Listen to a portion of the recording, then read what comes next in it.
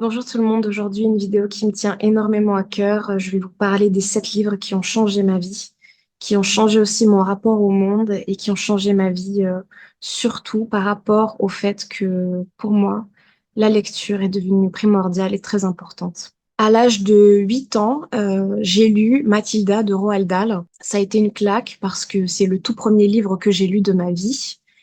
Et aussi, il m'a ouvert les yeux sur le monde merveilleux de la lecture. L'histoire de Mathilda est très touchante. C'est une petite fille qui rêve d'aller à l'école. Et lorsqu'elle découvre enfin l'univers enchanté de la bibliothèque, eh bien, elle découvre un nouveau monde, notamment avec les ouvrages de Charles Dickens.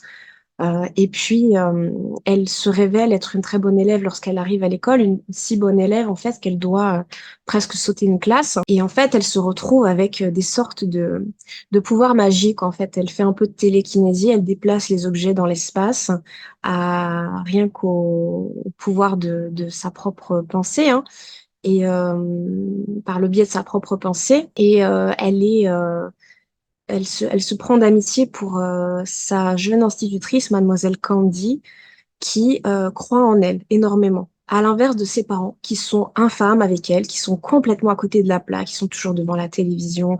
Le père est un arnaqueur, la mère est une extravagante un peu voilà, un peu superficielle, alors que Mathilda, elle se retrouve dans cette famille complètement désœuvrée et pas du tout à sa place, alors que à l'école, elle trouve sa place et elle se lie d'amitié avec Madame Candy, voilà, Mademoiselle Candy. Cependant, dans l'école qu'elle idéalisait au départ, en fait, elle rencontre la directrice qui s'appelle Mademoiselle Le Gourdin et qui est absolument odieuse. Elle torture les élèves dans un étouffoir.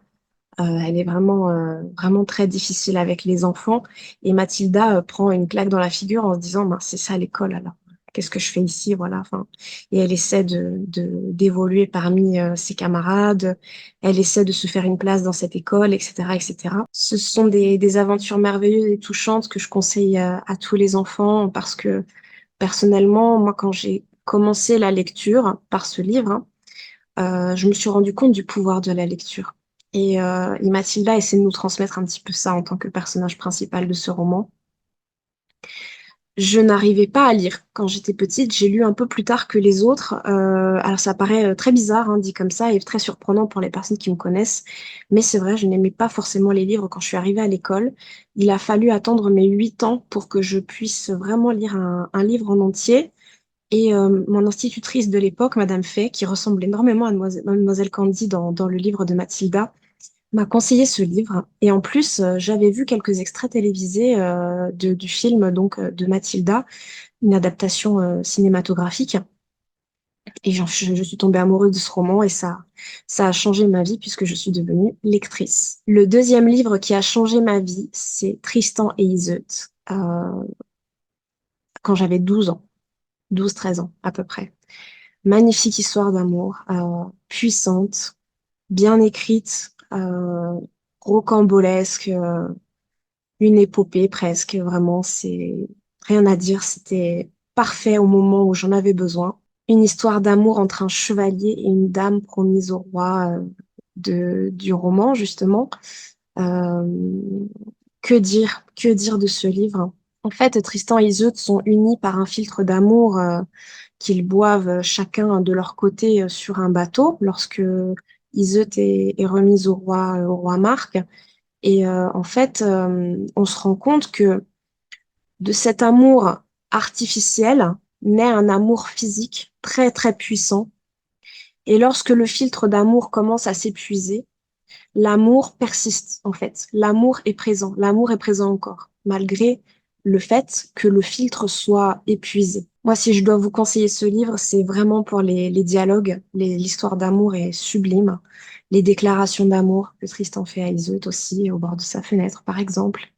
Euh, leur, euh, leur conscience de cet amour interdit qui, en fait, devient sublimé par l'interdiction, mais aussi par la puissance de cet amour, en fait. C'est vraiment très, très beau. Alors justement, on se demande s'ils sont amoureux grâce au filtre ou s'ils ont appris à se connaître et s'ils ne sont pas amoureux pour de vrai, finalement. Voilà. Et en fait, moi, je pense que c'est plutôt la deuxième hypothèse. Il y a un petit peu cette espèce Voilà, je suis pas une spécialiste de Tristan et Iseult, hein, je l'ai lu il y a plus de 15 ans déjà, là, voilà. Mais il y a quelque chose voilà, de très persistant dans le fait de penser que on peut dire que Tristan et Iseult s'aiment vraiment, malgré le filtre, malgré l'artifice du filtre d'amour. Il est empreint de la beauté de la littérature du Moyen Âge.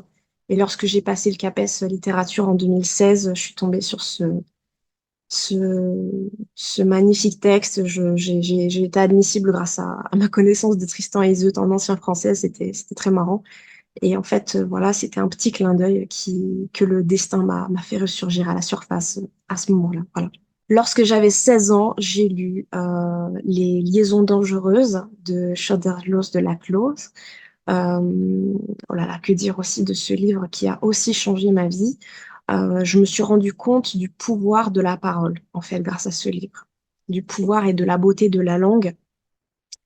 On est un peu dans le Gossip Girl de la cour au 18e, un peu. C'est vraiment, vraiment très particulier. On est entre une trahison, des complots, de la vengeance parmi les nobles. Vraiment, ils s'ennuient tellement qu'ils ne peuvent pas s'empêcher de faire vivre des aventures, de faire naître des aventures au sein de leur histoire. C'est un roman passionnant parce qu'il est écrit sous la forme épistolaire, c'est-à-dire qu'il est écrit sous forme de lettres. Donc nous n'avons pas les dialogues des personnages lorsqu'ils sont en face l'un de l'autre, mais nous avons les lettres des personnages qu'ils s'écrivent, donc toute leur correspondance. Et c'est fascinant puisqu'on accède à différentes personnalités, différentes plumes. C'est le même auteur qui a écrit ce livre et pourtant il adopte différentes personnalités selon la plume qu'il incarne. Il s'adresse aussi à différentes personnes, donc il y a des changements de tonalité, des changements de point de vue, des changements de ton, vraiment c'est très prenant. Et en fait, dans ce roman, on suit surtout la marquise de Merteuil et le vicomte de Valmont qui décident de comploter pour déshonorer une jeune fille innocente afin que le mariage de celle-ci soit compromis pour justement se venger hein, d'une conduite masculine qui a été mal interprétée par Madame de Merteuil, la marquise de Merteuil. Et c'est incroyable. C'est vraiment Gossip Girl, vraiment. Je le répète encore, hein, je suis désolée, mais c'est un peu ça. Hein. C'est de la sexualité, de la vengeance, des complots. Vraiment, c'est tout mélangé. Ils sont la cruauté même, hein, ce duo-là de la marquise de Merteuil de Merteuil, pardon, et le vicomte de Valmont. C'est un petit peu le siècle du libertinage. Donc, on a vraiment un rapport décomplexé à la sexualité dans les lettres. On a un immense contraste entre la beauté de la langue et la cruauté des intentions des personnages. D'ailleurs, ça a donné lieu à une adaptation cinématographique un peu classique, mais aussi un teen movie avec Sarah Michelle Gellar, Reese Witherspoon et Ryan Phillippe, euh, et qui est orchestré par des ados cette fois-ci, des adolescents, et ça colle totalement au personnage puisqu'il y a vraiment cet aspect, nous les nobles qui nous ennuyons à la cour, bah, nous les ados riches qui nous ennuyons et qui voulons nous venger. Voilà, il y a un petit peu de ça. Par conséquent, j'ai été impressionnée par la beauté de la langue, mais surtout par la cruauté des personnages qui n'ont absolument aucun scrupule. Ensuite, à 18 ans, j'ai lu l'Iliade et l'Odyssée d'Homère. Je les mets ensemble puisque enfin, ce sont des œuvres qui se suivent chronologiquement. Magnifique épopée, magnifique récit antique, les aventures de la guerre de Troie. Vous avez peut-être vu le film avec Brad Pitt et Eric Bana.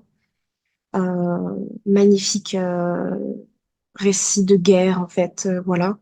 Et magnifique récit du retour à Ithaque de Ulysse, hein, bien sûr, qui s'est battu pendant la guerre de Troie et qui doit revenir à son île natale et dont le chemin est semé d'embûches par le dieu Poséidon, puisque celui-ci l'a un peu provoqué, voilà, et donc il est maudit presque par ce dieu qui lui en veut énormément et qui met beaucoup d'obstacles sur son chemin pour revenir. L'Iliade, c'est aussi la guerre comme on l'a jamais décrite, hein, c'est vraiment de l'esthétique, de de la violence, voilà. Et l'Odyssée, c'est un parcours initiatique avec énormément d'enseignements et et des ruses incroyables aussi. Et j'ai lu l'Odyssée en terminale pour le bac de littérature à l'époque. Et puisque j'avais une épreuve de littérature en terminale, en français, bac français en terminale littérature. Et on n'est pas tombé dessus cette année-là.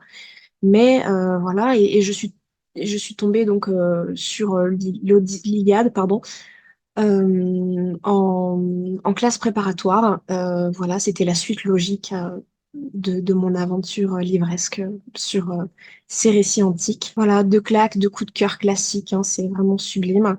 J'aurais pu mettre l'Énéide de Virgile aussi dans le lot, mais elle m'a un peu moins touchée. Je pense que l'Iliade et l'Odyssée, ce sont deux livres de chevet, de classiques qu'il faut avoir dans sa bibliothèque. Voilà, je ne l'ai pas ici à la maison, mais je devrais. Et j'espère, si j'ai l'Odyssée dans la bibliothèque. Mais voilà, sublime à lire. Tout ça aussi sans doute parce que je me suis énormément attachée à Achille, Ulysse, Hector dont la mort m'a fait pleurer littéralement lorsque je l'ai lu. C'était très émouvant. Et à cette époque-là, j'ai été aussi très imprégnée par le théâtre de Sophocle, notamment Ajax, Oedipe-Roi, voilà, très beau aussi. Ensuite, à mes 19 ans, j'ai lu un autre livre qui a changé ma vie. Il s'agit des Déserts de Jean-Marie Gustave Leclésio. Euh, c'est vrai que lorsque je suis sortie de classe préparatoire à mes 19 ans, j'avais énormément de livres imposés à lire et j'en avais un peu assez. Et j'ai décidé de choisir ma propre lecture à ce moment-là, pendant les vacances d'été. Et j'ai choisi ce livre parce qu'il était empreint d'une grande liberté, d'une grande voilà, tonalité avec du voyage, voilà, c'est un parcours migratoire, hein, le désert, c'est une histoire de l'immigration.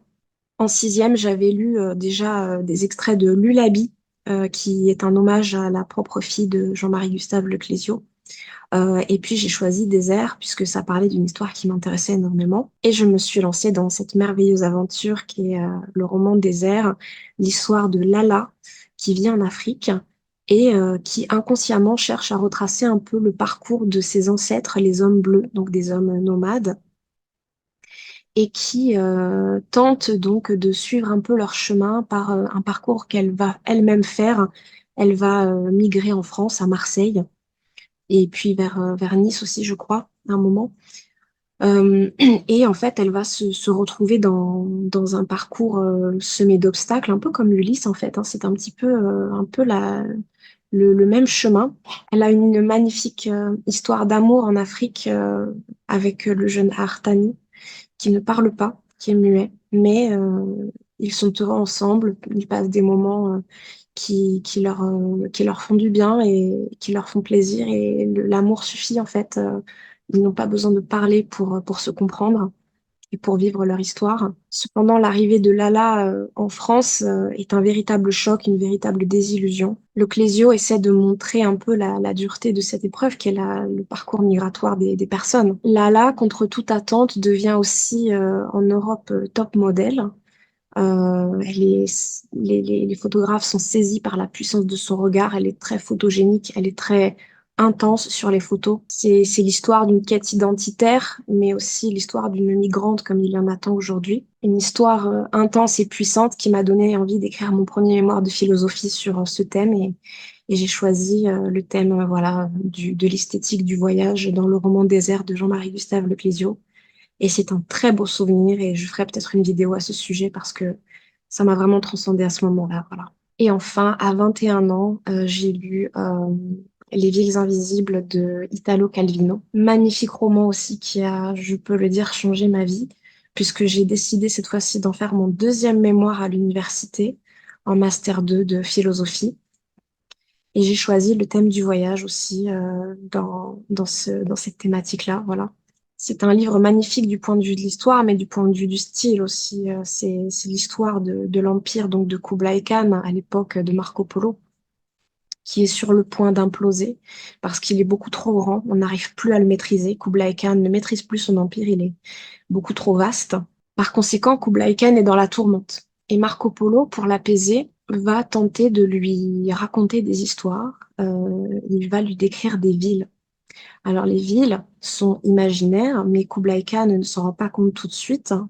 Du moins, il se doute pas vraiment de ça au début. Et en fait, le but de ces récits, c'est uniquement d'apaiser Kublai Khan, de l'aider à méditer sur enfin, sa conduite, sur sa situation, voilà. Ce sont des villes décrites comme repoussantes, mais aussi magnifiques, attirantes, apaisantes. Il y a toute une palette de sentiments et de descriptions dans toutes ces émotions. Le style est sublime, hein, tantôt rêveur, tantôt sceptique, tantôt voilà, il est très descriptif. On a un explorateur hein, qui nous parle du monde en fait. Et ce qui est intéressant, c'est qu'il y a toujours des enseignements à tirer de ces histoires. Et Kublai Khan va s'inspirer sans doute de ces villes pour essayer de maîtriser lui-même son empire. C'est un voyage qui est en fait mental, puisqu'il est très psychologique et on voyage avec Marco Polo à travers le monde parmi ces villes merveilleuses. J'ai écrit ce mémoire avec beaucoup de plaisir sur les villes invisibles et le plus de ce livre, c'est vraiment qu'on comprend la place de Kublai Khan et on enlève nous-mêmes nos tourments de notre esprit, voilà, parce que Marco Polo nous apaise avec ses récits fantastiques. Voilà, je vous remercie d'être resté jusqu'à la fin de cette vidéo, de m'avoir écouté, de m'avoir soutenu aussi jusque-là, puisque les abonnés commencent à croître. Ça fait vraiment plaisir de voir que mon travail vous plaît et que les gens sont intéressés par les vidéos. Je vous dis à très bientôt pour une prochaine vidéo et on se revoit très très vite. Au revoir.